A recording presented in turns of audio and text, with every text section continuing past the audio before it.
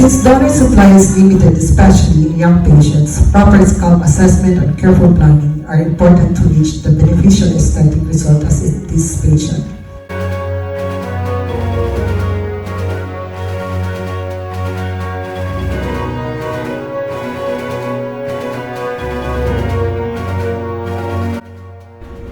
So this is the patient after one session building the frontal temporal hairline.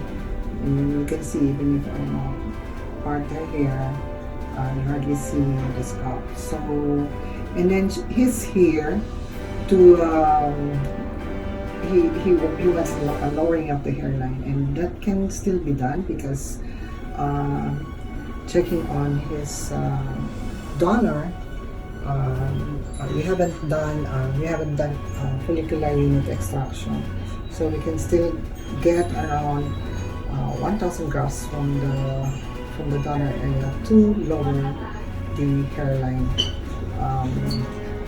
So we're doing like 50 follicular units per square centimeter, so that we can build a hairline as thick as what he currently has now. And then I also suggested SMP, scalp micropigmentation. It will create more density effect, especially in the sides. We have not done this area, so SMP can help there.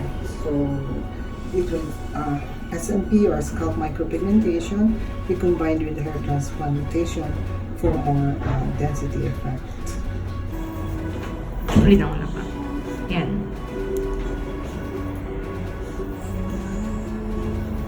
Ay. Tsaka yung bata, nakita niyo yung lowered hairline. Ano, lowered hairline? Yung bata. Yung ano, Parang same density sila.